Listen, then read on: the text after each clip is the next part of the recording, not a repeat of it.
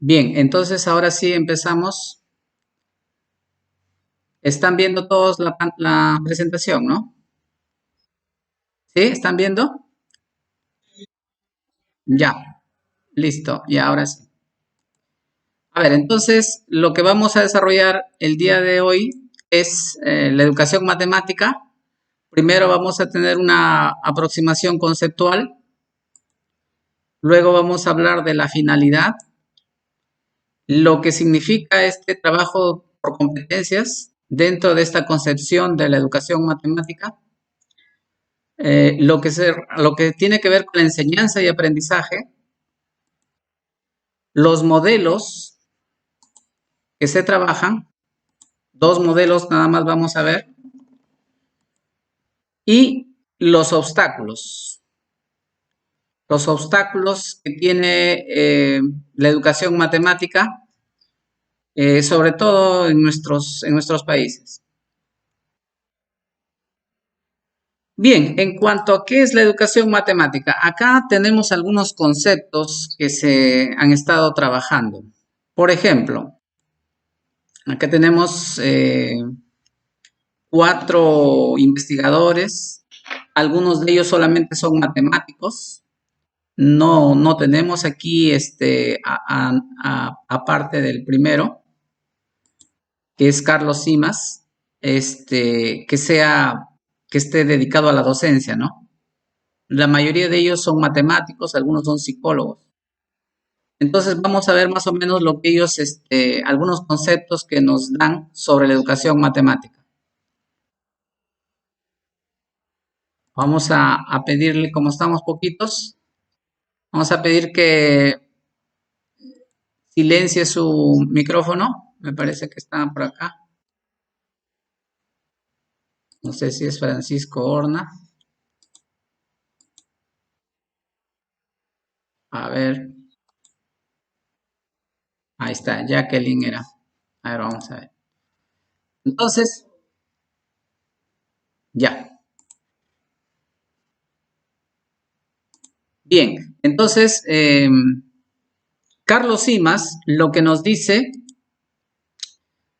acerca de la educación matemática, él dice que es lo que surge cuando abordamos a la matemática como un problema de comunicación. Entonces, miren, acá lo que se entiende es de que la matemática es un fenómeno, es un conjunto de conocimientos que tiene que ser transmitido. Y esa transmisión se da pues mediante la comunicación, ¿no? Lo que nosotros conocemos comúnmente pues el profesor y el estudiante. Pero esto ahora ha cambiado mucho. Ahora tenemos que hay estudiantes que de repente están en mejores condiciones de aprender de forma autodidacta la matemática, porque tienen una gran cantidad de recursos para hacerlo. Luego, Guy Brousseau nos dice lo siguiente. Para él plantea la educación matemática desde el punto de vista de lo que nosotros conocemos como didáctica de la matemática. Entonces, de alguna manera, su visión de lo que se entiende en otros países como Inglaterra y también en lo que es el contexto latinoamericano como educación matemática, él lo limita un poco a lo que vendría a ser la didáctica de la matemática. Y en ese aspecto, él nos dice que vendría a ser una ciencia que se interesa por la producción y comunicación de los conocimientos matemáticos, en lo que esta producción y esta comunicación tienen de específico de los mismos. Miren, entonces acá tienen dos fenómenos importantes, ¿no? La producción y la comunicación de los conocimientos matemáticos. Y uno se dice, bueno, cuando hablamos de producción solamente de repente estamos pensando en que están en condiciones de producir los conocimientos matemáticos personas que están muy avanzadas en el conocimiento. Pero también es cierto que nuestros estudiantes están en condiciones de producir conocimiento matemático. Es un conocimiento que les va a servir para ellos, que de repente no es un conocimiento que pueda convertirse en universal para todas las personas, pero ellos están en condiciones de hacer producciones. Entonces, bueno, este es el enfoque de Brousseau. Luego tenemos a Gerard Bernau. Él nos dice lo siguiente, miren, no se puede estudiar el aprendizaje con un concepto aislado. La conceptualización es un componente fundamental de la actividad. Si bien es cierto que él trata de trabajar una didáctica general, pero la mayor cantidad de investigaciones y los ejemplos están orientados hacia el mundo de la matemática. Y entonces lo que él nos dice es que es fundamental este aspecto de la conceptualización. Entonces es fundamental que el alumno tenga una clara definición de lo que son los objetos matemáticos para poder comprenderlo y para poder usarlo. Y finalmente, Chevalier nos habla de que existen diferentes tipos de sistemas didácticos y que estos sistemas didácticos están formados por los subsistemas de enseñantes, alumnos y el saber enseñado, lo que nosotros podríamos hablar del conocimiento matemático. Bien, ahora sí pasamos a una definición corta de lo que vendría a ser la educación matemática. La educación matemática la podemos entender como la ciencia que tiene como objeto de estudio la relación entre los saberes, la enseñanza y el aprendizaje de los contenidos matemáticos. Entonces, ustedes dense cuenta de que de alguna manera estamos hablando de algo más que de didáctica de la matemática. Bueno, esta es una definición un tanto pequeña y vamos a pasar a otra que hace una española que es Rocío Garrido Martos. Ella lo que nos dice es que la matemática vendría a ser una integración de competencias, estrategias del aprendizaje, metodologías de enseñanza, acciones evaluativas, planes de formación docente, centrados en la matemática y que se enmarcan en un sistema educativo concreto, el cual está influido por un contexto social, económico, cultural, político y educativo. Miren, entonces, dense cuenta acá, tenemos estas categorías, ¿no? Todo esto, todo lo que ustedes están viendo estaría significando la educación matemática. Entonces va a ser una integración de componentes. ¿Y cuál vendrían a ser estos componentes? Las competencias, las estrategias de aprendizaje, la metodología de enseñanza, la evaluación, los planes de formación docente que se van a dar en un sistema educativo concreto y que va a estar fuertemente influenciado por lo que son los fenómenos sociales, económicos, culturales, políticos y educativos. Entonces, miren, acá tenemos una mirada más integral y también más abarcante de lo que vendría a ser la educación matemática. La educación matemática tiene que ver con todo un sistema, tiene que ver con toda una sociedad. Y en ese aspecto cobra una importancia tremenda.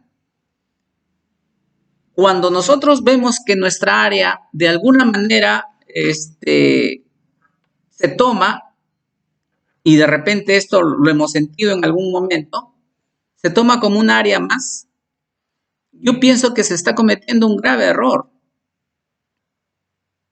Porque la teoría que estamos viendo, por ejemplo, en estos momentos, es fundamentalmente de los países de la OCDE, quienes han considerado y han convertido a la educación matemática como un objetivo fundamental de su política educativa.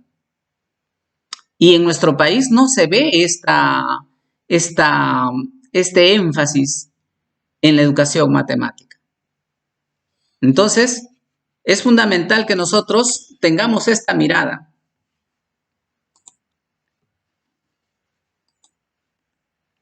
Vamos a ver entonces ahora, en la educación matemática, lo vamos a ver acá como este sistema, ¿ya? Que está en primer lugar integrado por el contexto. ¿Y qué tenemos nosotros en el contexto? En el contexto vamos a encontrar el contexto social, económico y cultural en la que va a estar inserto este fenómeno de la educación matemática. Y aquí, por ejemplo, un aspecto fundamental viene a ser la familia. La familia es fundamental para la educación matemática. Otros aspectos que nosotros podemos tener en cuenta es, por ejemplo, lo relacionado con el desarrollo económico de un país. Si ustedes ven los resultados de las pruebas internacionales, se van a dar cuenta que los países que tienen mejor nivel de desarrollo son los que tienen unos mejores resultados, tanto en matemática como en comunicación y también en ciencias. Entonces, hay una fuerte relación. Por ejemplo, ahorita tenemos el Congreso de que no sabemos si lo ha hecho en forma populista, pero habla de dedicar el 6% del PBI a la educación. Entonces, la idea es, justamente, tiene que ver con esto, ¿no? De esa riqueza, de esa producción anual, cómo nosotros, como país, estamos orientando los recursos hacia la educación. Y dentro de la educación, a lo que es la educación matemática. Entonces, en este aspecto, nosotros vamos a darnos cuenta que los países con menor nivel de desarrollo también son los que tienen menor inversión en educación. Y como les digo, dentro de ellas son los que tampoco han hecho grandes avances en lo que se refiere a la educación matemática.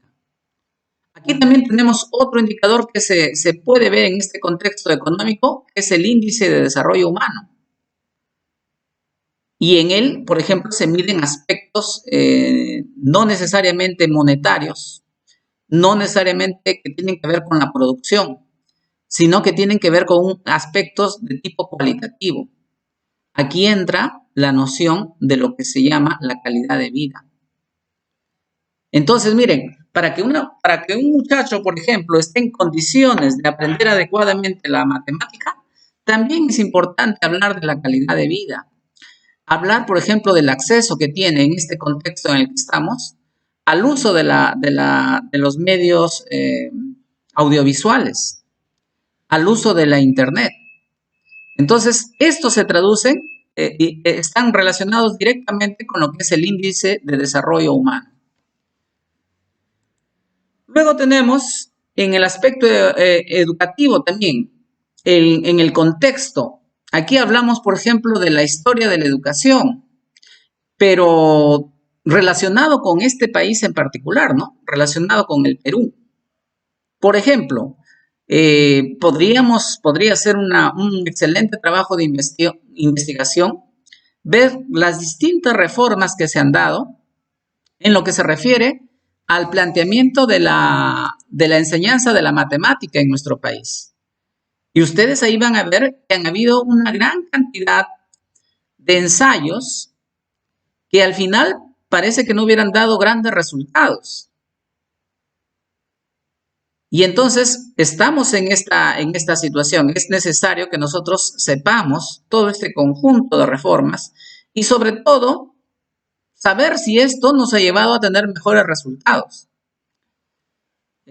Otro aspecto importante que tiene que ver acá en la parte educativa es también la valoración social que se le da a las personas que tienen, por así decirlo, un mejor desempeño en lo que es el área de la matemática. Y bueno, la valoración tiene que ver específicamente con en el ejercicio de la profesión. Una persona, un ciudadano que tiene un dominio importante de la matemática, está en mejores condiciones de acceder a una profesión y también está en mejores condiciones de elegir adecuadamente su profesión. Ahora, si ustedes se dan cuenta, hay campos que ahora se exigen, por ejemplo, los que tienen que ver con la investigación, que requieren de que la persona conozca matemática y específicamente lo que es la estadística. Entonces, aquí tenemos que la idea es qué tanto se le valora a las personas en una determinada sociedad que saben matemática. Yo hace mucho tiempo criticaba algún tipo de publicidad que lanzaba el Ministerio de Educación. Vi algo de 8 spots. Me parece que 6 de ellos estaban relacionados con personajes de lo que le llamamos la farándula, actores, cantantes, y los ponían a ellos como ejemplo para nuestros estudiantes de lo que deberían hacer con sus vidas, ¿no? Y, por ejemplo, a mí me pareció en ese tiempo esa publicidad muy desatinada. Porque si algo nos ha enseñado esta crisis en la que vivimos, es que es fundamental que se desarrolle el pensamiento científico en los estudiantes. Y entonces ahí, por ejemplo, de esos 8 spots, no vi ninguno acerca de un científico, un peruano importante que esté destacando en una determinada área del conocimiento. En cuanto a lo que es el impacto del aprendizaje también, nosotros podríamos aquí pensar de qué manera la persona que conoce matemática está en condiciones de acceder a los distintos campos del conocimiento. A priori, nosotros podríamos decir que una persona que sabe matemática, que tiene bien desarrollada la competencia matemática, está en mejores condiciones de acceder a los distintos campos del conocimiento que los que no tienen bien desarrollada esta competencia. Lo que pasa es que acá se podría confundir el hecho de que a veces nosotros, con nuestras evaluaciones, no estamos midiendo de repente el desarrollo de la competencia matemática. Y los estamos llevando, estamos creyendo que un estudiante que maneja ciertas rutinas, que sabe algunos procesos, tiene desarrollada la competencia matemática. Entonces, eso sería un error. Y bueno, también en esta parte pues se habla de lo que es la inversión en educación, ¿no? Y acá, por ejemplo, podemos hablar, ya habíamos hablado antes en el contexto macro, pero también podemos hablar del contexto micro, o sea, cuánto invierten en educación las familias, ¿no? Nosotros a veces vemos a nuestros estudiantes que yo, por ejemplo, me acuerdo cuando me iba a monitorear a muchachos de Chiracmaca, en Sánchez Carrión, y ahí en el salón, que eran 8 alumnos nada más, todos tenían celulares que eran mucho más modernos que el mío. Tenían tremendos celulares, miren. Estamos hablando más o menos del 2011, por ahí. Y entonces uno dice, pues, si esta cantidad de dinero lo invirtieran en lo que tiene que ver con la educación, en lo que puede ser compra de libros, en estos momentos, ¿no? Compra de software de repente, se podría ver de que tendría mejores resultados esa inversión que simplemente ese gasto que ahora vienen haciendo estos estudiantes, ¿no? Bueno, la razón de que estos muchachitos tenían celulares muy caros era pues de que sus padres se dedicaban a la actividad minera, ¿no? Y bueno, conseguían grandes cantidades de dinero por la venta del mineral y a sus hijos pues les compraban celulares bastante caros, ¿no? Entonces, eso también hay que verlo, ¿no? ¿Qué tanto las familias invierten en la educación? Otro aspecto también importante es ver, pues, ¿no? Que a veces esa inversión se hace en instituciones que son de mala calidad. Y también por ahí hay un problema, ¿no? Porque vamos a tener a la vuelta de la esquina una gran cantidad de muchachos desempleados simplemente porque se han formado en universidades de muy baja calidad y que no les han permitido entrar a este mercado que es tan competitivo. Luego tenemos el sistema educativo propiamente dicho.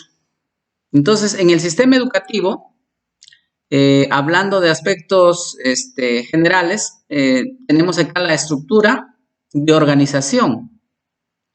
Por ejemplo, miren, a mí la verdad que ya llevo más de 3 años en en, en la Gerencia Regional de Educación y no estoy muy de acuerdo con la estructura que tiene nuestro sistema educativo. Yo no creo que, por ejemplo, el gerente regional sea nombrado a dedo por el partido que ha ganado las elecciones para el gobierno regional. Yo pienso que esta persona que es la que dirige eh, todo lo que es la educación en, en una región, tiene que obtener ese puesto producto de una evaluación. Tiene que tener trayectoria, tiene que tener experiencia y tiene que tener propuestas. Y aquí vemos que no pasa eso. Y lamentablemente muchas veces la educación, estos partidos, que son partidos, podríamos decir, mediocres, no tienen una concepción clara de lo que se necesita hacer como políticas educativas. Y bueno, ustedes ya habrán visto nuestros resultados. Como región, nosotros tenemos muy malos resultados. Tenemos rendimientos, como les mostré en una anterior conferencia, rendimientos muy bajos en cuanto a lo que son los resultados de la S. Muy bajos, muy bajo en primaria, muy bajo en secundaria. Y entonces, y eso no necesariamente está relacionado con el nivel de desarrollo económico que tiene nuestra región. Hay UGEL, por ejemplo, hay UGELes que tienen las mismas condiciones que tiene Moquegua. Si lo vemos desde el punto de vista, por ejemplo, de la comunicación.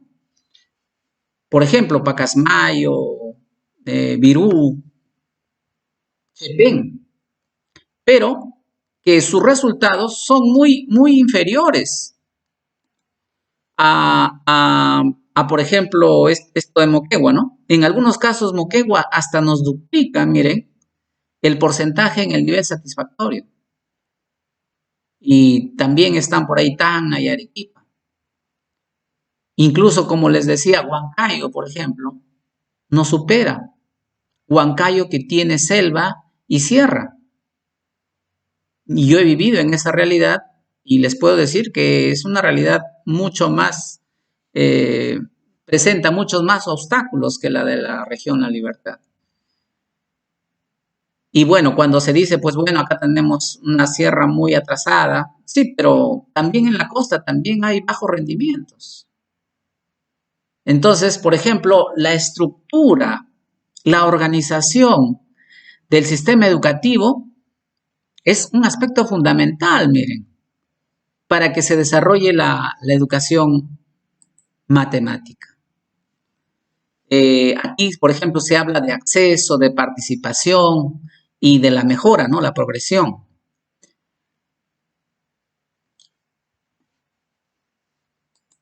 Bueno, ahora, viendo el aspecto del currículo, nosotros tenemos una propuesta, ya la tenemos desde el 2016, este nuevo currículo nacional. Y bueno, en muchos aspectos, por ejemplo, yo valoro lo que se está haciendo.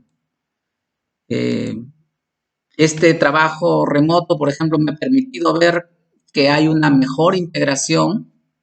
Se puede observar ya una integración desde el nivel primario con el secundario, ¿no?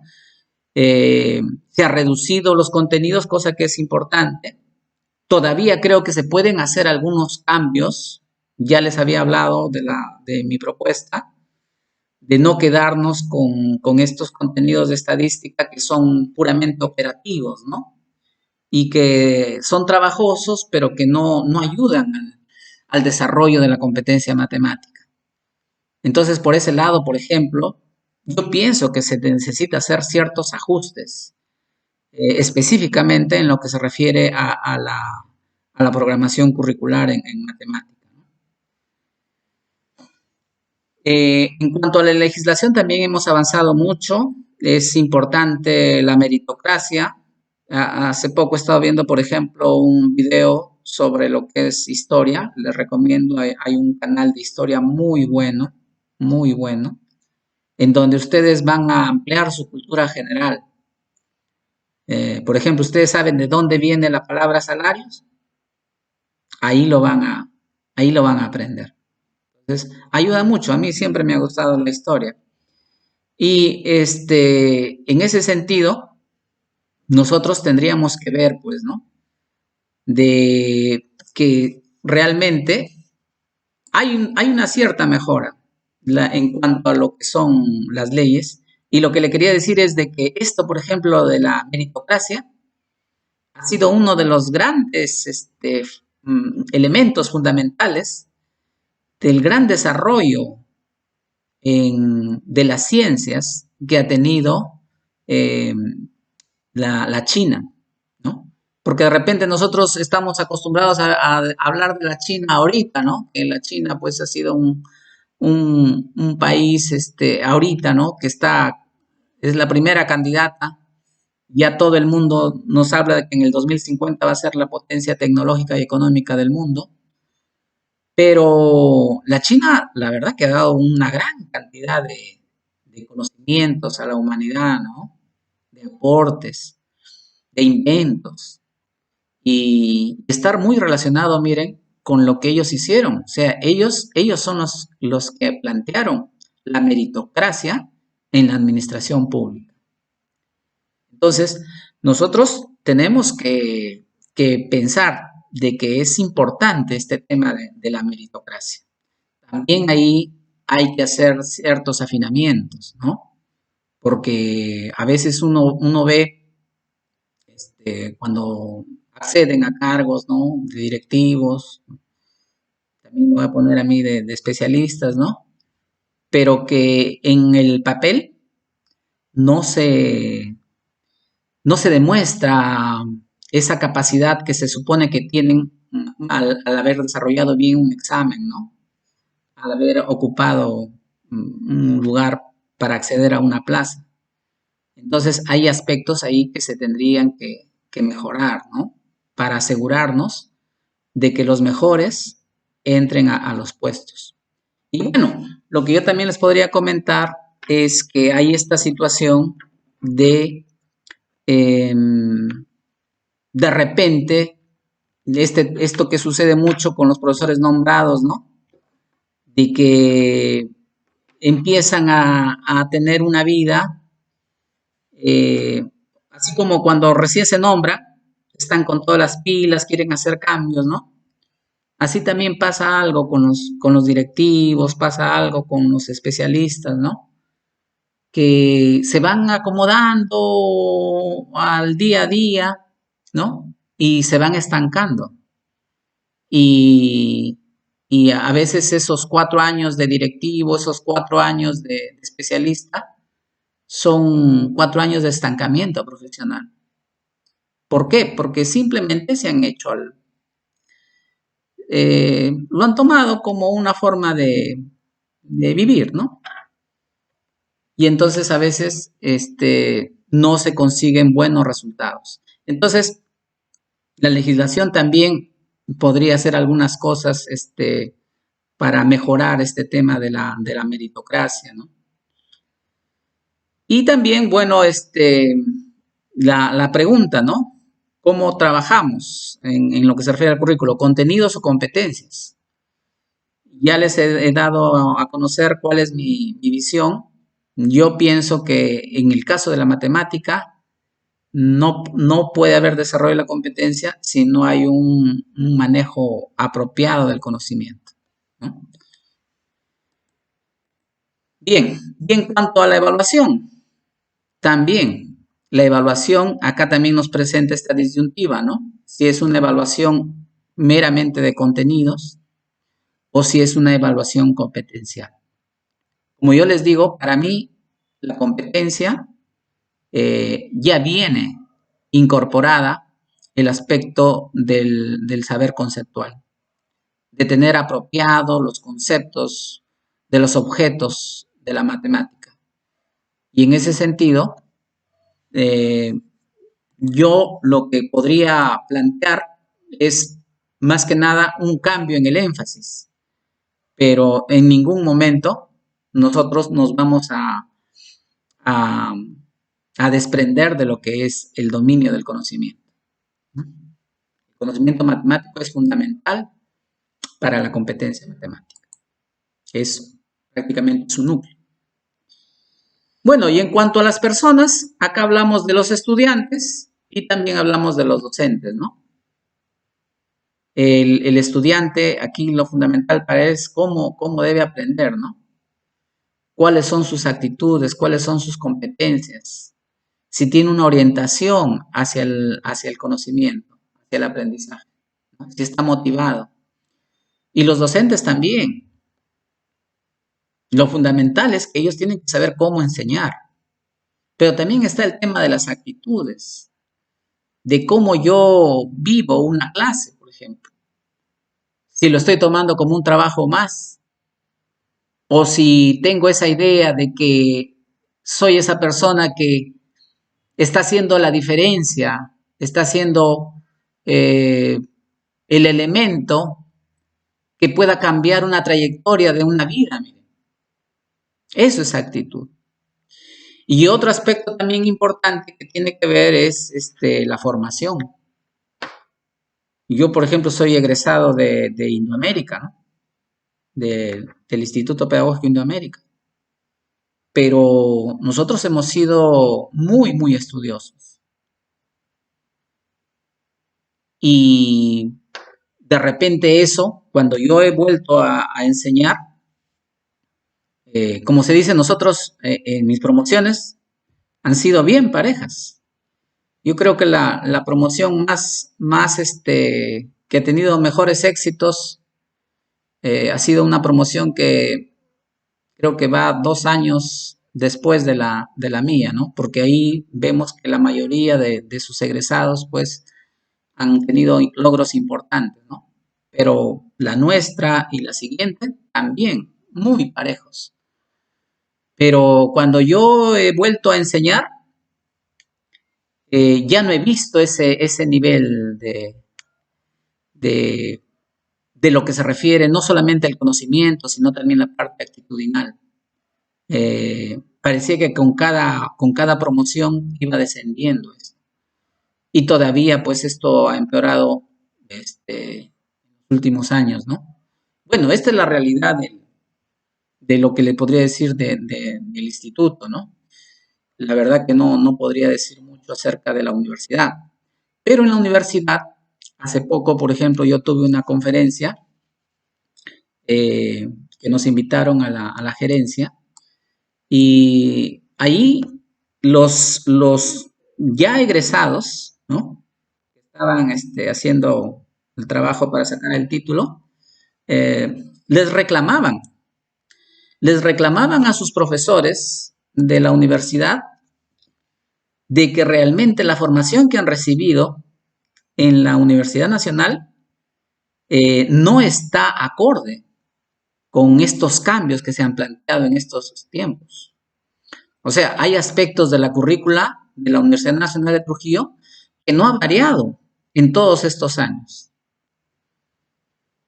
Entonces, por ejemplo, ahí el tema de la formación de los docentes viene a ser algo fundamental en este proceso de mejorar la educación matemática de nuestro país. Bien, me gustaría escuchar algún comentario. Siempre es bueno comentar, siempre láncense, no sean tímidos. Alguna idea que les haya sugerido, algo que puedan compartir con nosotros. A ver, sí, Luzmila, buenas noches.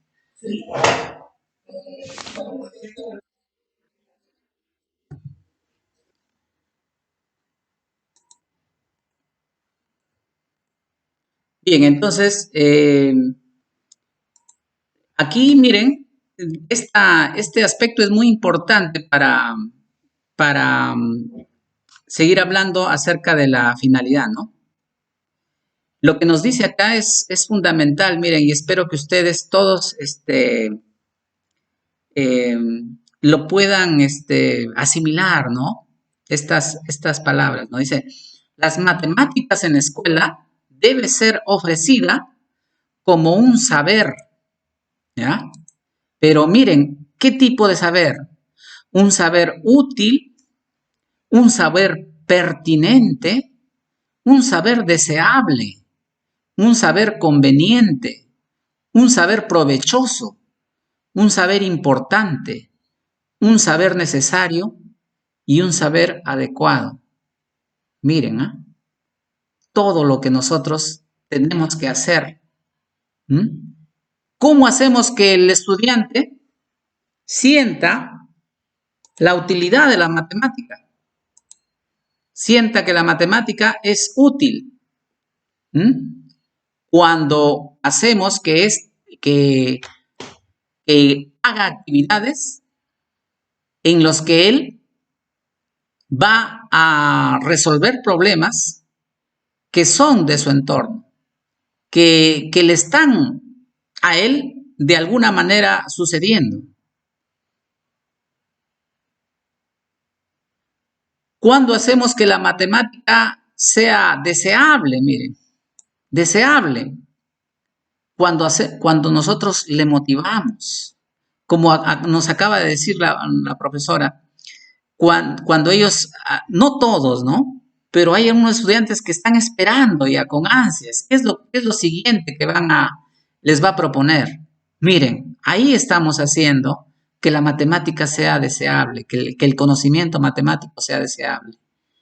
También, cuando hablamos de útil, también estamos hablando de provechoso, ¿no? El estudiante con esta herramienta que tengo, estoy en condiciones de, ¿m? Por ejemplo, estoy en condiciones de ver cuál es el mejor para mi papá. Ustedes de repente habrán visto una propaganda de Claro donde la hija prácticamente le dice cómo tiene que hacer su trabajo al papá, ¿no? Me parece que es de Claro la propaganda. Pero miren, una hija que le puede decir, mira papá, esta es tu mejor alternativa de inversión.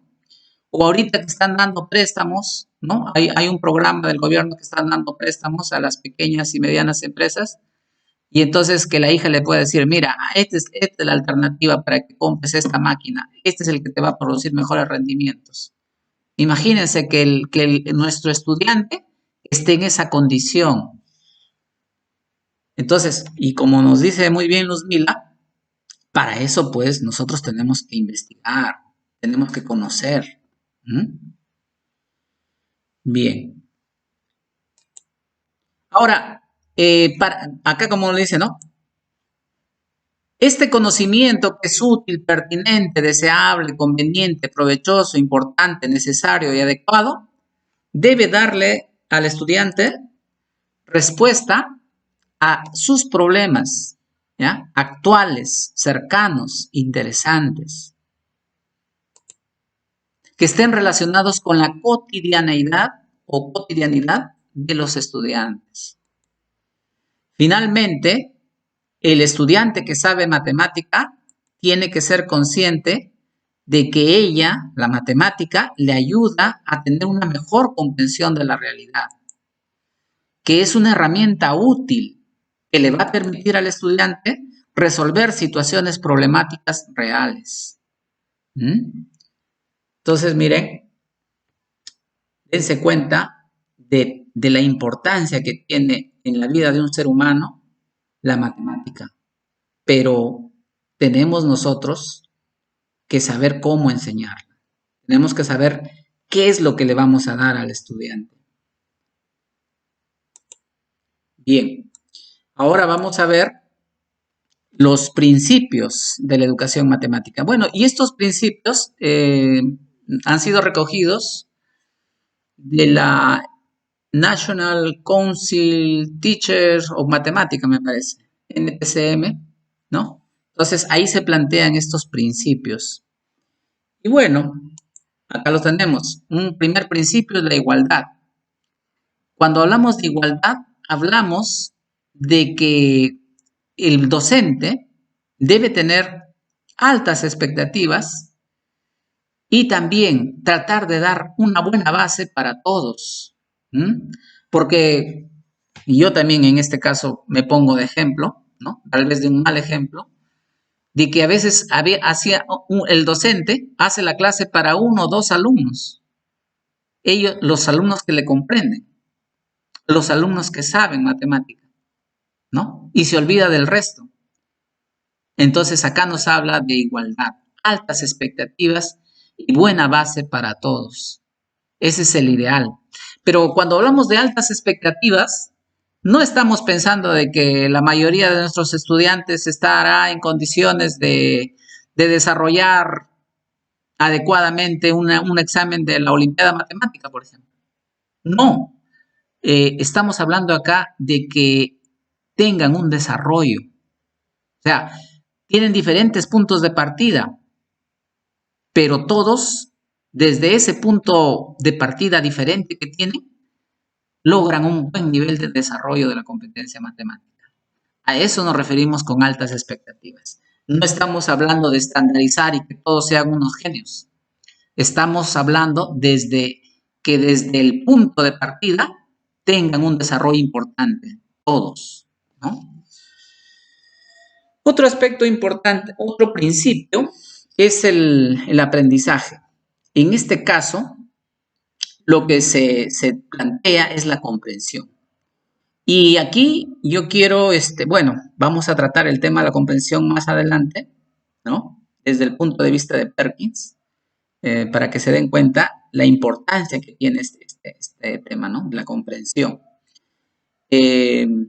Nosotros acá también hablamos de que el aprendizaje debe ser fruto de una construcción activa. Tiene que ser fruto de la experiencia del estudiante y que tiene que partir necesariamente del conocimiento previo. En cuanto al principio de la evaluación, aquí le planteamos nosotros la idea de la evaluación formativa. La evaluación es una oportunidad más para aprender. No es un proceso donde el alumno obtiene una nota, una calificación, sino es una oportunidad que tiene para aprender. Y bueno, sobre esto, por ejemplo, el día de ayer me escribieron al Facebook profesores diciéndome, este problema no sale, algo le falta, ¿no? Y el día de hoy también el profesor me dice, este problema sale acá, pero no está la alternativa correcta. Miren, es que nosotros estamos en esta situación, ¿no? De que la evaluación que le planteamos no es con el ánimo de calificar. como dice acá muy bien, es una oportunidad más para aprender. Y entonces empezamos a ver, empezamos a evaluar el problema, cómo es, y entonces, lamentablemente, yo quiero que sepan, en el caso de secundaria, por ejemplo, he sacado ítems que son de cuarto y quinto de secundaria. Y a mí me sorprende en algunos casos que son muy sencillos los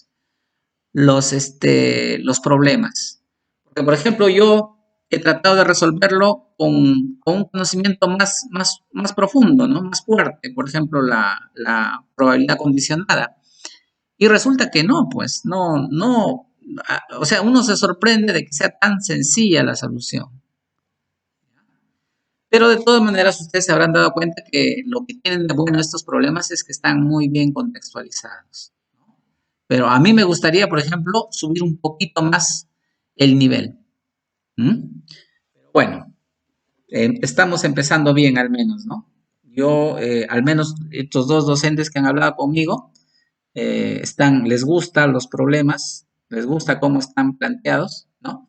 Y bueno, como le digo, si le subimos un sol más de nivel, yo creo que ya estaremos en un buen instrumento, ¿no? Y como les digo siempre, pensando en la evaluación como una oportunidad para aprender. Luego, también la tecnología es un principio muy importante en este planteamiento que hacen los profesores, el Consejo Nacional de Profesores de Estados Unidos. Y la tecnología se pone en este caso, ¿no? La tecnología motiva y la tecnología refuerza. Esos son los dos grandes, eh, podríamos decir, aportes que le va a hacer la tecnología a lo que es la educación matemática. Uno, por ejemplo, lo ve esos ojos de los muchachitos, ¿no? Los que están interesados en la matemática, pues, ¿no? Cómo empiezan a debatir entre ellos, cómo se ponen a trabajar. Esto lo he visto, por ejemplo, en un colegio de Guadalupe, todos muy entusiasmados, trabajando miren, ¿ah? Y con esas máquinas XO, con lo limitadas que son. Estas tablets que van a tener nuestros estudiantes son mucho más poderosas, pues, que esas XO, ¿no? Pero yo les he visto a estos muchachitos muy contentos, trabajando muy motivados y sobre todo adquiriendo aprendizajes de calidad. Algunos, por ejemplo, dicen, no sirven para nada. ¿Eh? Dense cuenta, aquí el que está haciendo la diferencia es el docente. Bueno, en cuanto a la enseñanza, se tiene que tener en cuenta lo que los estudiantes saben y necesitan aprender. Es fundamental que el profesor tenga esta conciencia, ¿no? ¿Qué es lo que los estudiantes saben y qué es lo que necesitan aprender? ¿Para qué? Para que a partir de eso plantear los retos, plantear los desafíos. Entonces, ese debe ser el motor que guía el proceso de enseñanza.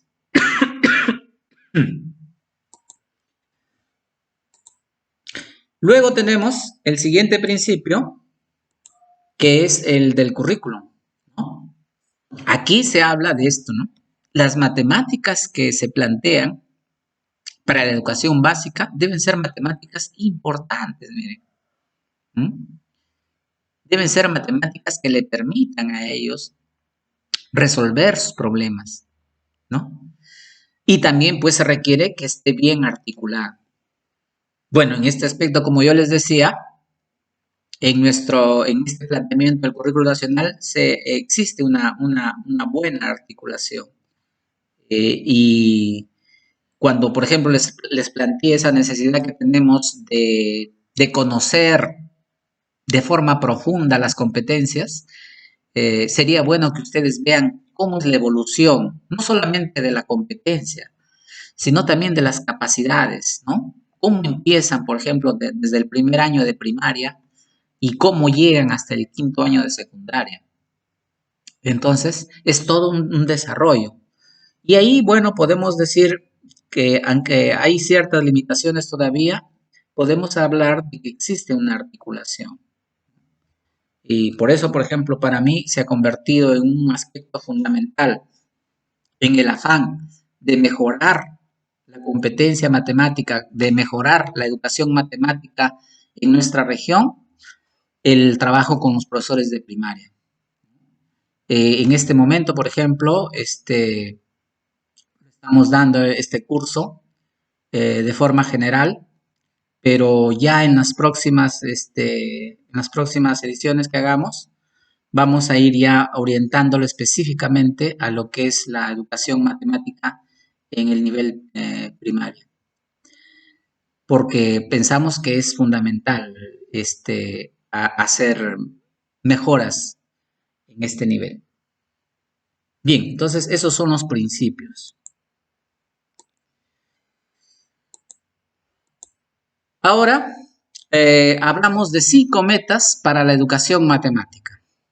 5 metas para la educación matemática. En primer lugar, hablamos de aprender a valorar la matemática.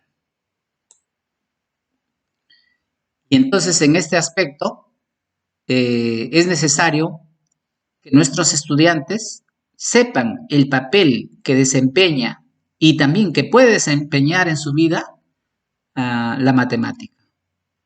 Y acá lo que nos decía nuestra profesora, ahorita no lo había, no lo recuerdo el nombre, pero lo que nos decía, ¿no? Aquí también saber cómo ha sido esta evolución de la matemática. Y ella nos ha dicho algo muy importante, miren, la matemática en el Imperio Incaico. Entonces, aquí estamos hablando de etnomatemática, por ejemplo. Hace poco tuve una pequeña intercambio de palabras, ¿no? Una discusión entre profesionales, ¿no? Y me decía, pues, de que no todas las culturas han desarrollado la matemática, ¿no? Y eso prueba, pues, que la matemática no es importante para buena parte de las poblaciones, ¿no? Y yo le dije que era totalmente falso lo que decía, ¿no? Porque toda construcción involucra a la matemática. Así esta cultura no haya tenido un sistema de numeración, por ejemplo. ¿Mm? Entonces, nosotros sabemos, por ejemplo, que nuestros antepasados, los incas, bueno, hasta donde se sabe, ¿no? No han tenido ese sistema de numeración, pero ellos han hecho matemática. Ellos han aplicado las proporciones. Ellos han hecho construcciones que hasta ahorita dejan maravillados a los científicos. Entonces, pues es una tremenda ignorancia decir, pues, ¿no? Yo le decía, una vez también tuve una conversación con un artista y también que era profesor de arte, ¿no? Y decía que por qué nosotros decimos que la matemática es el lenguaje universal. Y yo me decía, de repente hay otras especies, hay otros seres vivos que son adelantados, pero no saben matemática. Y yo le decía, bueno, si esas personas, esos seres, ¿no? Son de repente etéreos, ¿no? ¿No? Son como un gas, ¿no? Son como una ameba, de repente, no sé. Pero si ellos han hecho construcciones, de hecho que han tenido que saber matemática, ¿no? Entonces, la matemática está presente en cualquier construcción que hace una, un ser vivo inteligente, ¿ve? Claro, claro, o sea, son leyes, son principios, así es, pero también, o sea, la velocidad de la luz, por ejemplo, es una constante. Entonces, está lleno, o sea, el universo, por eso lo que muchos hablan ahora del diseño, ¿no? La teoría del diseño. Y los que, por ejemplo, piensan o sea, ya no lo piensan a Dios como lo puede pensar pues el pueblo hebreo, ¿no? Sino como que hablan de que la matemática es como que es una perfección, ¿no? O sea, el universo se ha hecho en base a la matemática. Entonces, si ha habido un creador, este creador ha tenido que saber matemática. Pero una matemática, pues, tremenda, ¿no? O sea, un nivel enorme.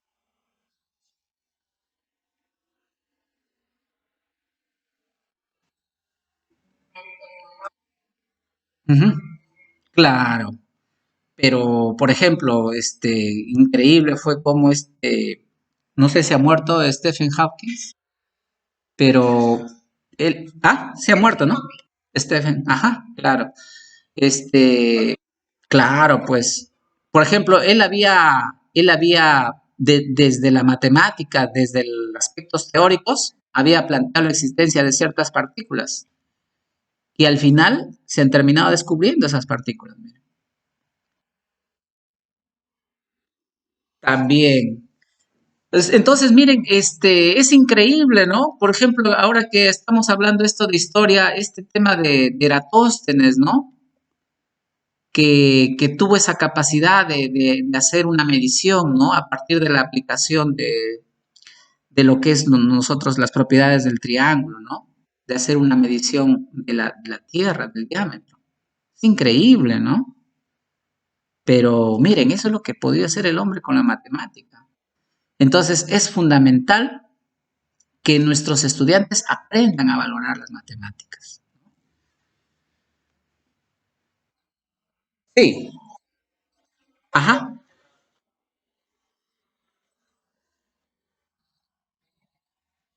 mm,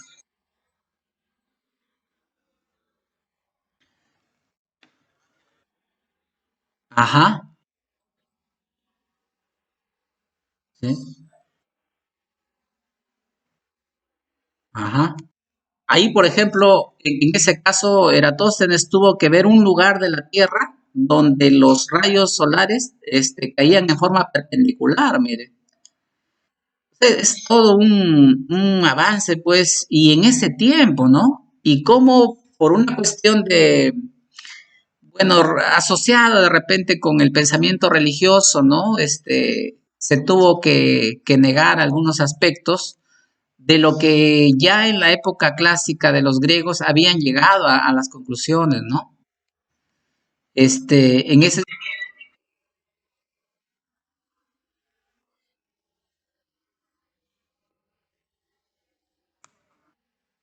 ajá, claro, sí.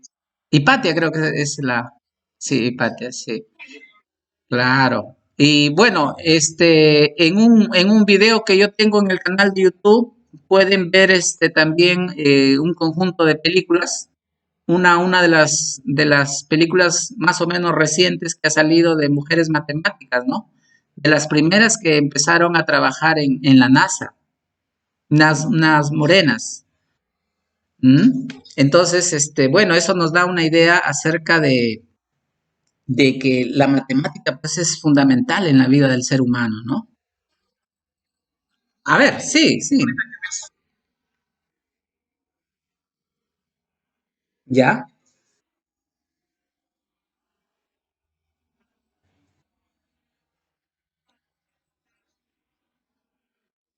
Ujú, claro. In- increíble. Bueno, en el caso de los mayas, ese conocimiento del cero les permitió hacer cálculos increíbles. O sea, ellos pudieron calcular lo que se demora nuestro sistema solar en darle una vuelta a la Vía Láctea, miren, a partir de eso. Entonces, tienen, o sea, la diferencia entre una cultura que sabe matemática y la que no la sabe podría haber sido fundamental.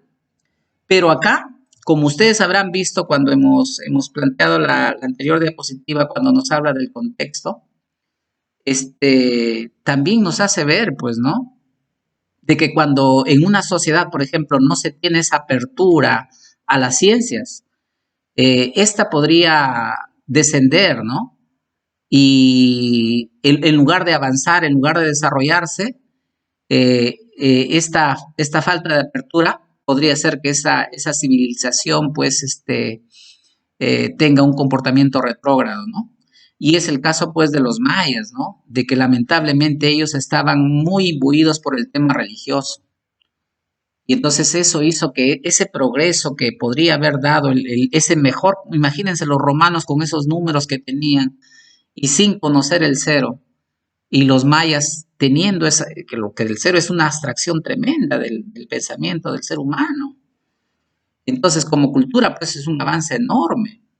Pero, como les digo, ¿no? El hecho de que no se haya podido avanzar producto de que estaban encasillados en los temas religiosos, donde los que tomaban las decisiones importantes eran los sacerdotes, pues hizo que esta sociedad no pueda tener un grado importante de desarrollo, ¿no?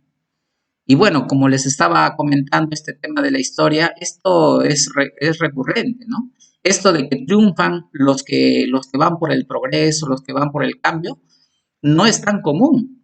Y justamente eso lo vemos, miren, en los pueblos de la meseta, ¿no? Los pueblos mongoles, en donde ellos pudieron haber conquistado todo el mundo, ¿no? Con Kublai Khan, por ejemplo.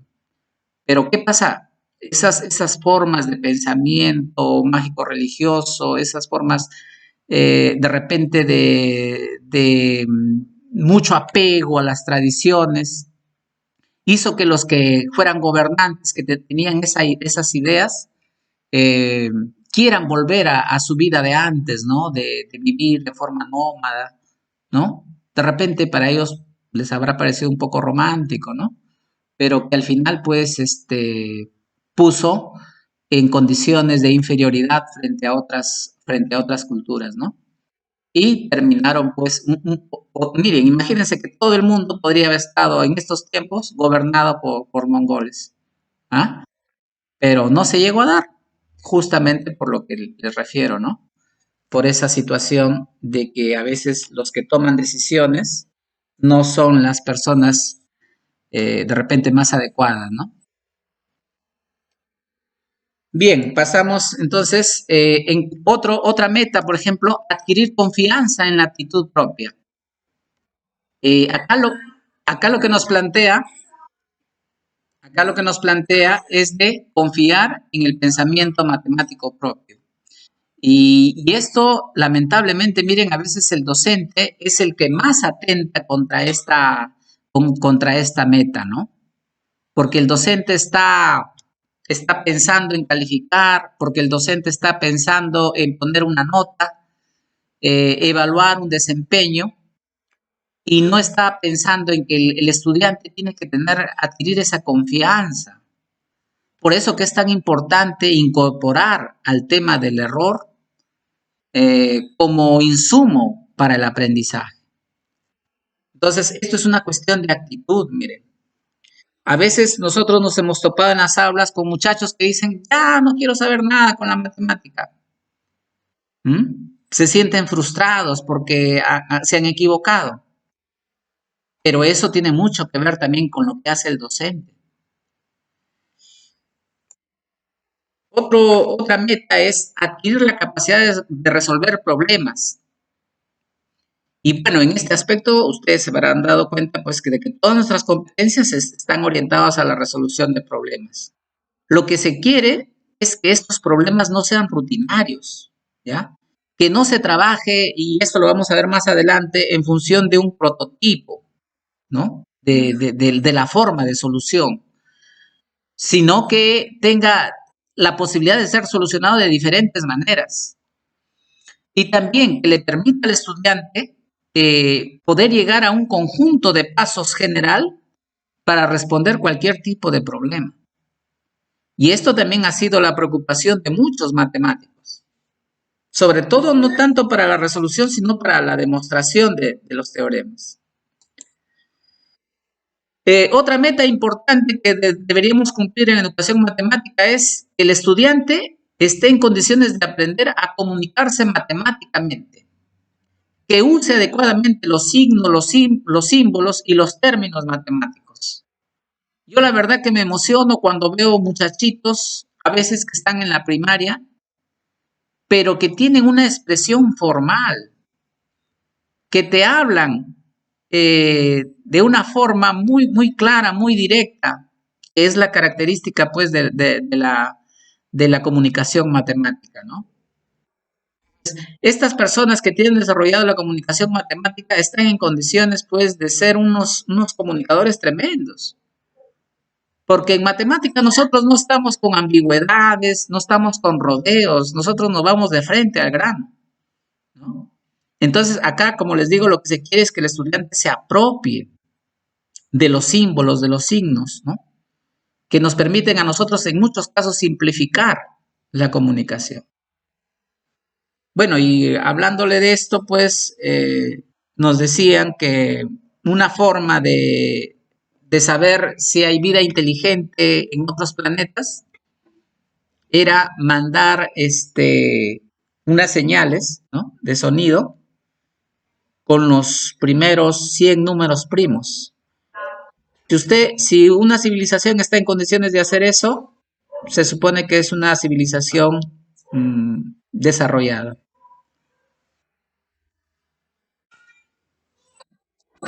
A ver, y finalmente, la última meta para la educación matemática es que los estudiantes estén en condiciones de aprender a razonar matemáticamente.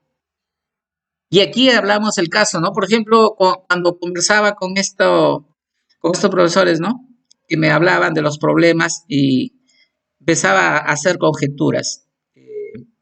Cuando se plantea un porcentaje, no el 5%, ¿es para toda la población o es solamente para los casados? Entonces, miren, ahí es donde uno empieza, pues, a un problema, empieza a desmenuzarlo, a analizarlo, ¿no? Y de acuerdo a la conjetura, hay un camino, hay una estrategia para la solución. Aquí, por ejemplo, el acopio de información es importante, ¿no?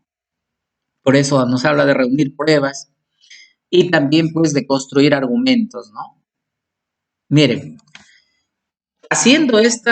cumpliendo con estas metas, podremos mejorar en gran medida el nivel de la educación matemática, en este caso, ¿no?, en nuestra región, ¿no? Pero como muy bien nos han dicho, aquí fundamental es que construyamos una comunidad matemática, ¿no?, una comunidad de profesores de matemática que nos lleve a este objetivo, a cumplir estas metas. Bien, otro aspecto importante también del que quiero desarrollarles está relacionado con, vamos a apagar un micrófono por acá. No, ¿hay alguien que está con su micrófono prendido? Ahí está, ya lo encontré ya. Ya. A ver, nosotros hablamos de las competencias de la matemática, ¿no? Y ahí tenemos la competencia matemática, pero la idea que se tiene es de que cuando desarrollamos la competencia matemática, por lo general, siempre está acompañado de otras competencias. Y ahí lo que nos decía Luzmila, ¿no?, de que tenemos que aprender más. Tenemos que tener una mayor cultura general para darnos cuenta. Por ejemplo, nos decía, no sé, no me acuerdo su nombre, profesora, si me puede decir su nombre. Rocío Mostacero, por ejemplo, nos decía, yo no lo hago por esto, yo lo hago por lo otro. Miren, sin querer, nosotros terminamos desarrollando otras competencias que no son de las competencias matemáticas. Y aquí, por ejemplo, les voy a poner estos casos, ¿no? Por ejemplo, la lingüística. Ajá.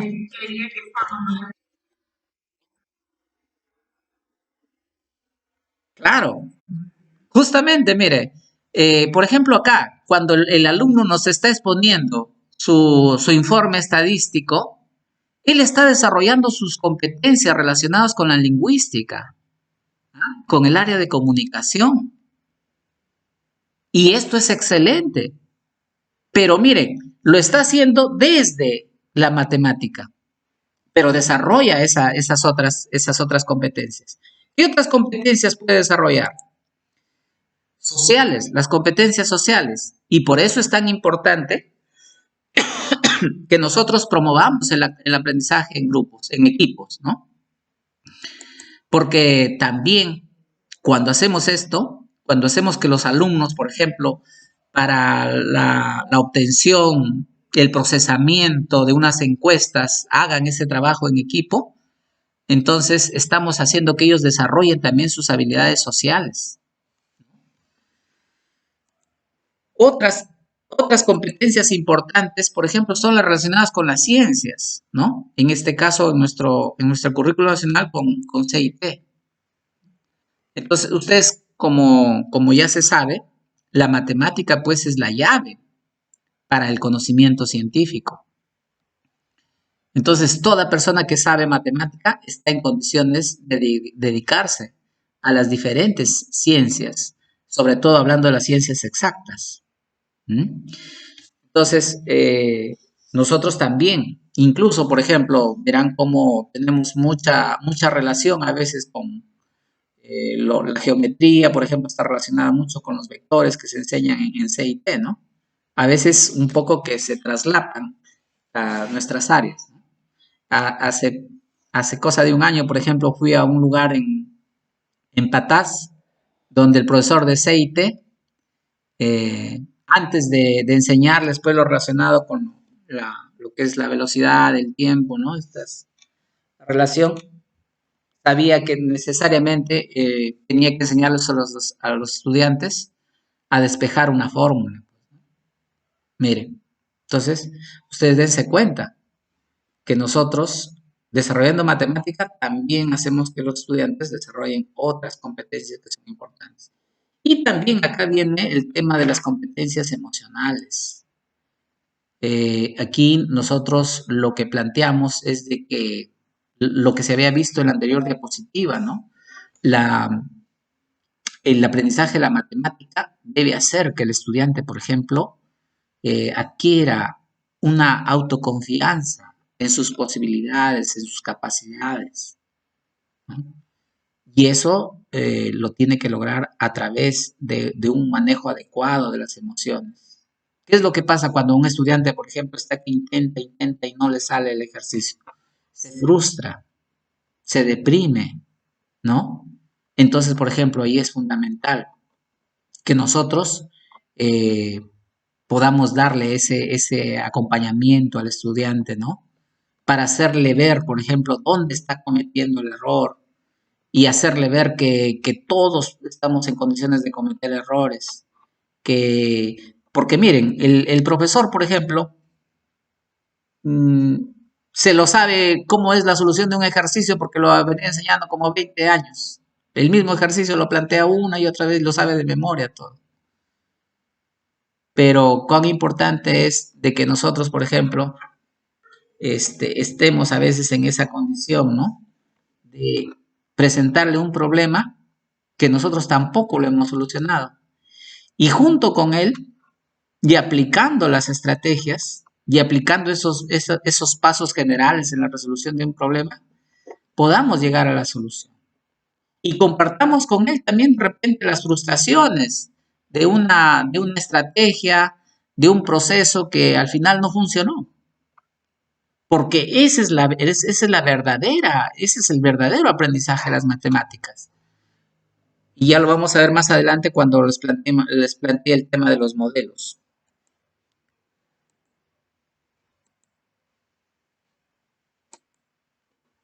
A ver. Entonces, para terminar este tema de las competencias, se viene un reto para nosotros importante, ¿no? ¿Cómo programar por competencias? Y aquí nosotros tenemos que tener una idea de que se necesita llevar a cabo una integración.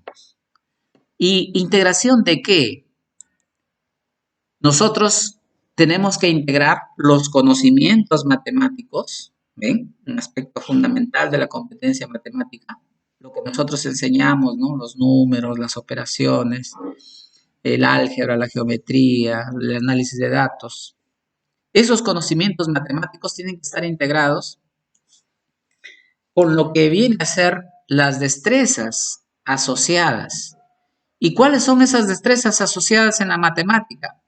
El pensamiento crítico, por ejemplo, es fundamental, ¿no? A veces, por ejemplo, cuando se soluciona un problema, dice, sí, bueno, ya está bien, ya llegaste a la solución. Pero la verdad, ¿no? No me gusta tu solución. Tú aquí estás violando un principio y bueno, a pesar de que has llegado a la solución, no me parece adecuado. Y no se puede generalizar tu solución. Entonces, miren, estamos hablando del pensamiento crítico. También esa posibilidad que tenemos de modelizar. Es increíble cómo, por ejemplo, en un diagrama, yo les podría hacer una explicación, ¿no? Desde el punto de vista de la economía. Como, por ejemplo, en el modelo de oferta y demanda, cómo es que cuando se fija un precio, ese precio que se fija, al final, tiene un efecto negativo, porque hace que el producto en el que se ha fijado el precio se escasee. Y ese producto vuelve a aparecer, pero ya a un mayor precio. Y aparece en el mercado negro. Miren, algo que sucede en la realidad se puede reflejar a través de un diagrama cartesiano. Es increíble eso. Y con un modelo econométrico adecuado, si se estima adecuadamente las curvas, se puede saber a qué precio va a aparecer el producto en el mercado negro. Y también se puede apreciar en ese modelo cómo las cantidades ofertadas del producto disminuyen. Es increíble. Pero miren, eso es lo cuando hablamos de modelización. Como una parte de la realidad que tiene que ver con el comportamiento del ser humano se puede llevar simplemente a un diagrama cartesiano. También tiene que ver el tema de los razonamientos fundados, ¿no? Y esto tiene que ver mucho, por ejemplo, cuando nosotros hacemos nuestras demostraciones. Ya vamos a llegar a la parte de lo relacionado con cambio, ¿no? Cambio, regularidad, y ahí vamos a ver los temas relacionados con álgebra, ¿no? Que es muy bonito. Bueno, y también lo que es la otra destreza asociada, que es lo que es propiamente la resolución de problemas.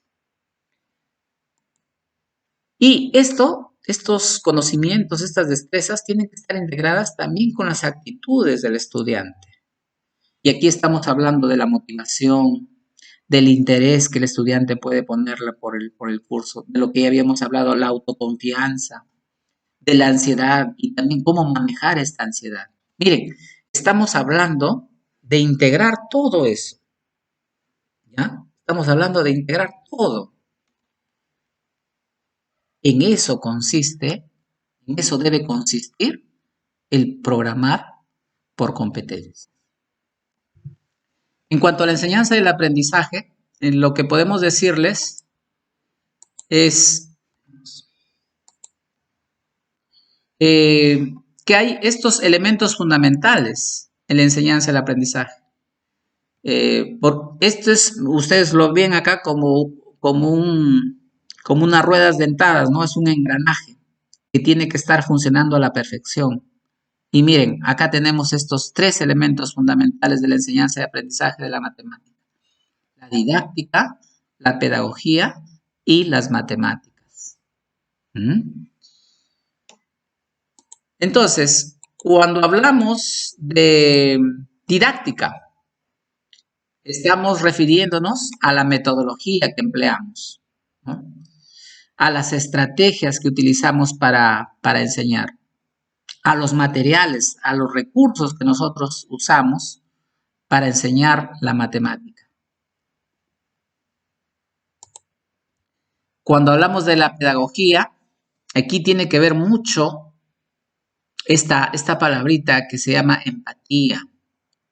Por eso cuando se les planteó esto de que generar en el alumno el desarrollo de la autoconfianza, lo que podría ser el manejo del estrés, de la frustración, la ansiedad, tiene mucho que ver con que ustedes, en primer lugar, sean seres empáticos, que ustedes se pongan en el lugar del estudiante, que traten de sentir como él siente. Entonces, es fundamental que el docente tenga desarrollada la empatía. Sirve para en cualquier no hay otra profesión donde venga a ser uno de los elementos más importantes, la empatía, en la profesión docente. Bueno, acá también es importante que el docente conozca, pues, lo que es la atención a la diversidad, ¿no? Y a mí, por ejemplo, me preocupa mucho el ver que cuando tenemos alumnos inclusivos, a pesar de que ese alumno está en el aula, pero no se siente, o sea, no se integra el estudiante. ¿Y por qué no se integra? Y esto me ha pasado en un pueblo que he ido a Patás, un pueblito muy, muy bonito, con un colegio muy bonito, recién construido, pero yo no sentía que ese estudiante estaba integrado. ¿Por qué razón? Porque a ella la profesora le había dado unas actividades en un cuaderno. Estamos hablando de muchachitos de segundo año de secundaria, muy, muy inteligentes. Yo me sorprendí realmente de dos muchachitos que excelente eran en lo que es la resolución de problemas. Es esto que yo le estaba hablando de tener esa comunicación, ¿no? Formal, de la comunicación matemática la tenían ellos, ¿no? Y muy buena esa aula, muy, muy interesante, pero lo que sí me entristeció un poco fue ver a un muchacho con síndrome de Down, que incluso no estaba al final, pues no estaba más o menos al centro del aula, pero solito haciendo sus actividades, ¿no? Que estaba pues, como podría decir la profesora, al nivel de él, ¿no? Mientras ella pues desarrollaba otros contenidos en la pizarra con el resto de estudiantes. Entonces hay que tener en cuenta este tema de la diversidad.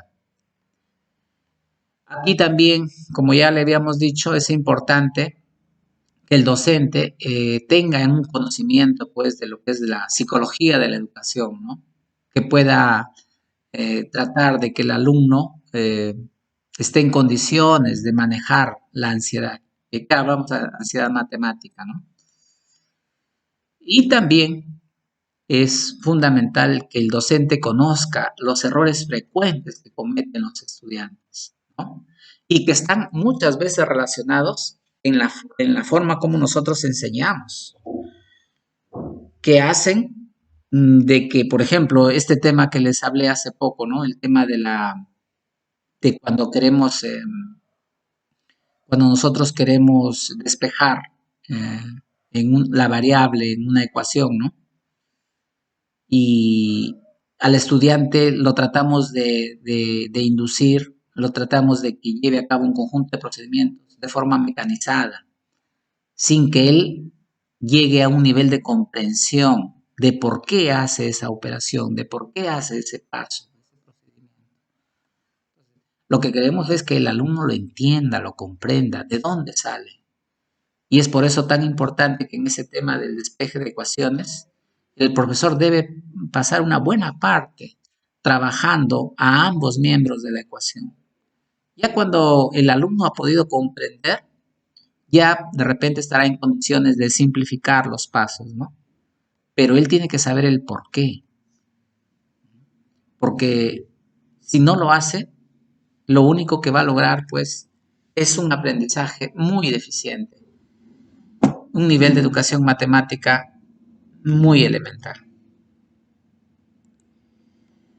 Bien, y como hemos visto, pues, cuando la matemática, pues, es otro aspecto fundamental de esta triada, y entonces acá estamos hablando del conocimiento curricular, El conocimiento competencial, que ya les he dicho que tenemos que tener un conocimiento muy, muy profundo, muy amplio de las competencias que nosotros enseñamos en matemática y también de las conexiones matemáticas, ¿no?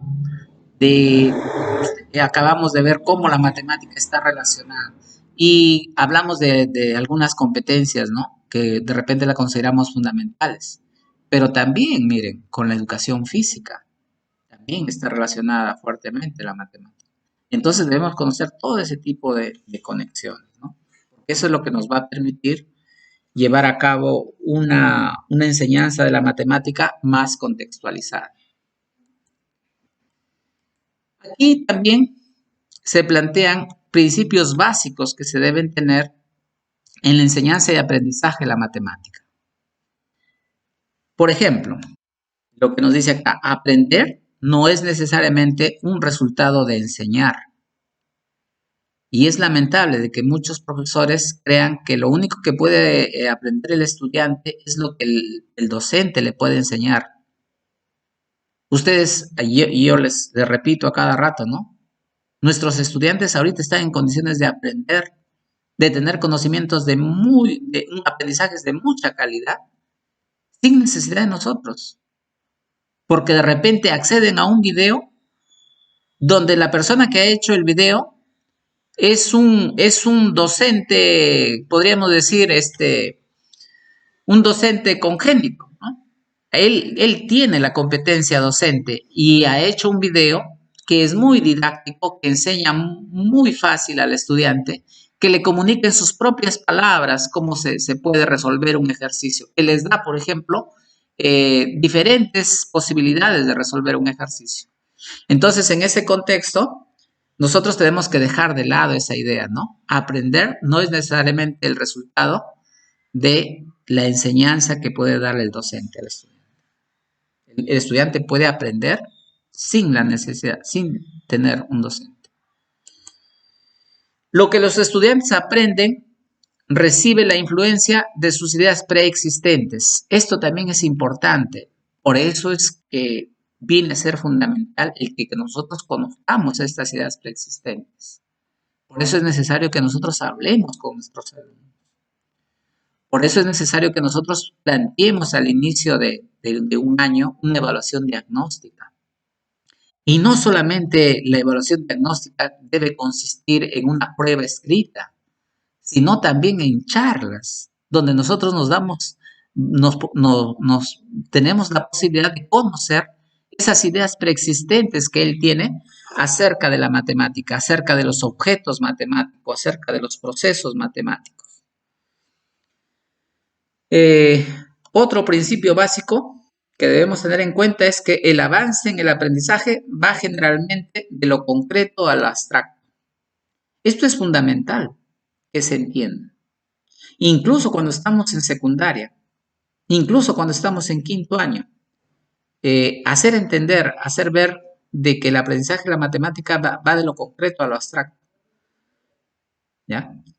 Y lamentablemente a veces nosotros nos quedamos simplemente en lo concreto y no hacemos podría decir, esa elevación a la parte abstracta. Va a haber un momento en que se tiene que ser como un movimiento de ida y vuelta. Por ejemplo, miren, cuando uno enseña geometría con el GeoGebra y uno puede hacer que el estudiante llegue a identificar una propiedad de un elemento de una elipse, por ejemplo. Con el GeoGebra, en forma concreta, él puede medir y él puede darse cuenta de la propiedad en diferentes elipses y por generalización llegar a establecer esa propiedad. Este es un caso de cómo, de lo concreto, a pesar de que estamos hablando de un programa, ¿no? En este caso GeoGebra, pero que nos permite, imagínense antes los profesores cómo hacían, acuérdense de un aparatito con cuerdas que tenían para hacer una elipse. Bueno, ahora con la tecnología hacemos elipses, ¿no? Facilito, la podemos medir y como les decía, podemos establecer las propiedades que hay entre sus medidas. Entonces, en este aspecto es fundamental. Y como les decía, ¿no? Mira, ya lo hiciste de forma concreta, ahora vamos a trabajar en forma abstracta. Vamos a utilizar el álgebra. Y lo mismo que tú has llegado a establecer en forma concreta, midiendo directamente los elementos de la elipse, lo vamos a generalizar con un desarrollo algebraico. Otro principio básico es: las personas aprenden a hacer bien solamente aquello que practican. Es fundamental la práctica. Como dicen, la práctica hace al maestro, ¿no? Pero no puede ser una práctica rutinaria. Tiene que ser una práctica donde el estudiante lleve a cabo la reflexión. El aprendizaje efectivo requiere retroalimentación. Este es otro principio fundamental. Por eso es que ahora se está poniendo tanto énfasis en el tema de la retroalimentación. Y en matemática es fundamental este tema de la retroalimentación. Porque en muchos de los casos se puede llegar a tener un conocimiento importante de la matemática y un desarrollo fuerte de la competencia matemática a partir del reconocimiento del error. Y entonces acá la retroalimentación tiene un papel fundamental. Ahora vamos a ver estos modelos, ¿no? Estos modelos, miren, los modelos van desde metodologías activas hasta metodologías pasivas, de actividades que se plantean que son significativas para el estudiante a otras que no son significativas. Por ejemplo, miren, podemos tener ejercicios o actividades. Aquí estamos haciendo que el alumno esté en actividad, ¿no? Esté realizando, resolviendo un ejercicio, me está resolviendo una ecuación de segundo grado. Me puede resolver 5 y están ahí en esto. Pero de repente no es significativo para el estudiante.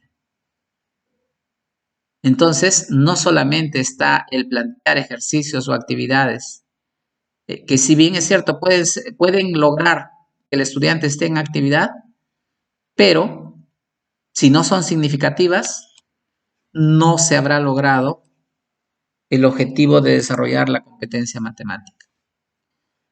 Bien, las metodologías pasivas y no significativas por lo general trabajan el método memorístico. Y yo pienso que de eso ya ni debemos hablar porque al menos espero de que ninguno de ustedes esté tratando de desarrollar este tema de la memoria, ¿no?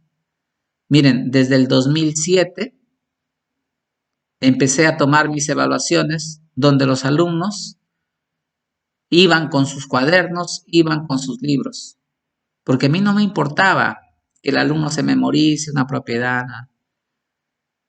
A mí me importaba el proceso. Entonces el alumno daba su evaluación con su cuaderno, con sus libros.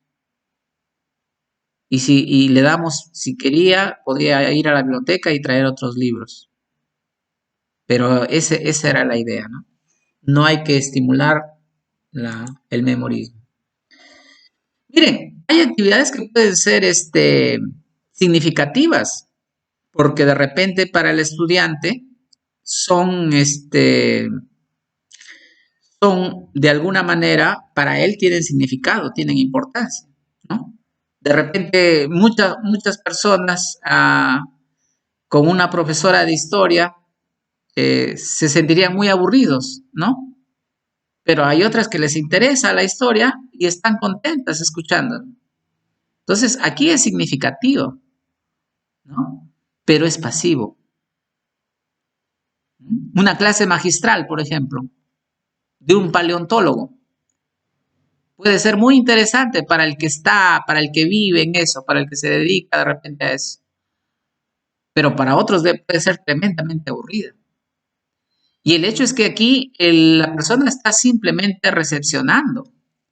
Claro que si se trata de una eminencia, pues lo que aprendas va a ser muy importante, ¿no?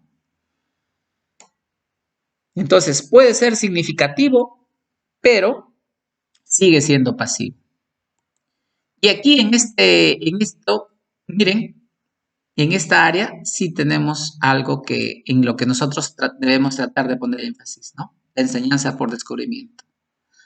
Porque acá tenemos lo mejor de ambos, ¿no?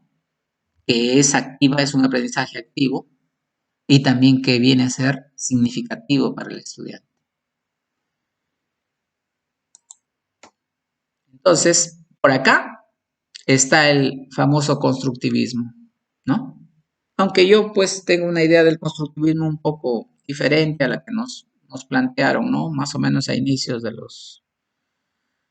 pasando los 90 ya más o menos.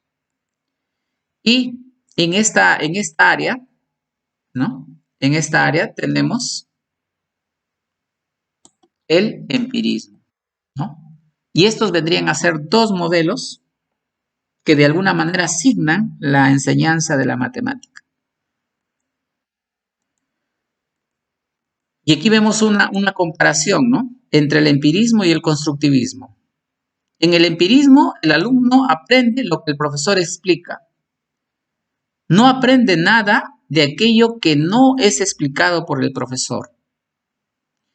En el empirismo, el profesor y el estudiante no deben equivocarse. En el empirismo, el error es sinónimo de fracaso. ¿Qué pasa en el constructivismo? En el constructivismo, el aprendizaje se apoya en la acción. Por eso es que ahora, por ejemplo, el ministerio nos está planteando las famosas actividades, ¿no? Actividades de aprendizaje, nos dice. Nos dice, el aprendizaje pasa por estados transitorios de equilibrio y desequilibrio. O sea, es un proceso. No es de que no lo sé y ahora ya lo sé. Tenía el cerebro vacío y ya lo llenaron con el conocimiento. Sino que el alumno acá construye su conocimiento en un proceso donde hay equilibrios y desequilibrios. En este aspecto también el conflicto cognitivo es fundamental para facilitar el aprendizaje. Un tema importante en lo relacionado con el empirismo es lo que se llama la ostensión. ¿Qué viene a ser la ostensión? Es el definir un concepto a través y como único apoyo de una representación particular y prototípica. Miren, este es el caso de que cuando nosotros le enseñamos por ejemplo, ¿no? Cuando les enseñamos las propiedades del triángulo con un solo tipo de triángulos, ¿no? Que están, por ejemplo, que tienen esta forma, ¿no? Están así. Y el alumno de repente se le aprende las propiedades con ese tipo de triángulo. Pero no le enseñamos las otras posibilidades, las otras movimientos que podría tener. Y esto mayormente lo estoy planteando para el caso de primaria, ¿no? Donde el alumno, por ejemplo, debe estar en condiciones de hacer los giros correspondientes. Entonces, no se debe quedar simplemente con una representación particular. Nosotros en matemática tenemos que plantear que el alumno llegue a generalizaciones. Por eso que cuando nosotros enunciamos un teorema decimos en todo triángulo, ¿no? En todo triángulo, la suma de sus ángulos internos es 180. Entonces, debemos intentar siempre hacer cambios, hacer giros, para que los alumnos no se queden con una sola representación de un triángulo, ¿no? Y es el caso, por ejemplo, que cuando un estudiante ve esto, que aquí no sé, no me está saliendo tan bien, pero imagínense que es un cuadrado, pero que el estudiante lo podría asociar con un rombo, ¿ya? Lo puede asociar con un rombo, ¿por qué? Porque le hemos puesto prácticamente parado sobre su vértice, pero en realidad es un cuadrado, donde sus ángulos todos miden 90 grados. Pero el estudiante simplemente por la forma que tiene, que ha visto en los libros o que el profesor comúnmente pone la figura, lo puede confundir con un rombo al cuadrado. ¿Se dan cuenta?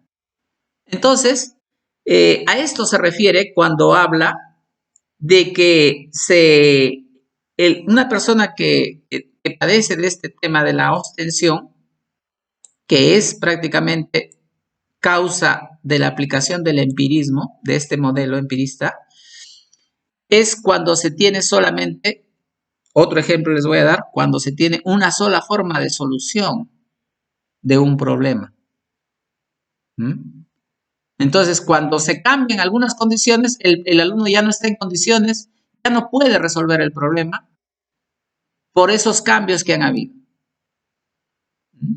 Entonces, esto es un efecto negativo de aplicar el empirismo, ¿no? El modelo empirista. Bueno, y finalmente terminamos con los obstáculos que hay para el desarrollo de la educación matemática.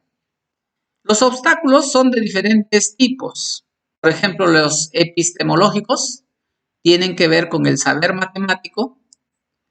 El ontogénico tiene que ver con el desarrollo neurofisiológico, porque en este caso, por ejemplo, podríamos pensar de que hay personas que están en mejores condiciones de aprender matemática. ¿A partir de qué? A partir del desarrollo de algunas partes, de algunas áreas del cerebro, ¿no?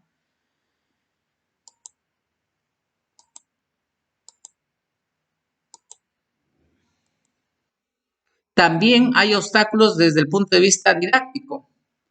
Y aquí hablamos de decisiones del docente y o también del sistema educativo.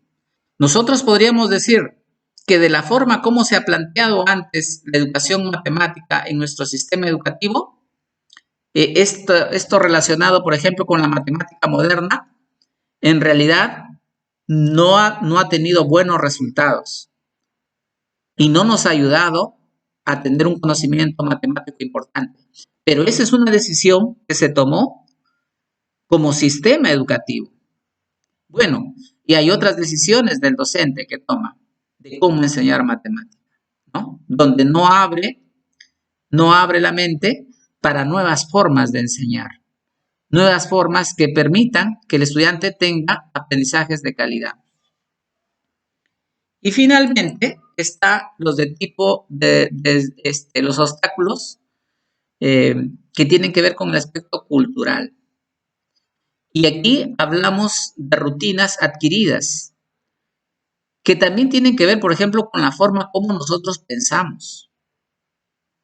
Lamentablemente, miren, en los medios de comunicación, los llamados líderes de opinión tienen muchos vicios en sus pensamientos.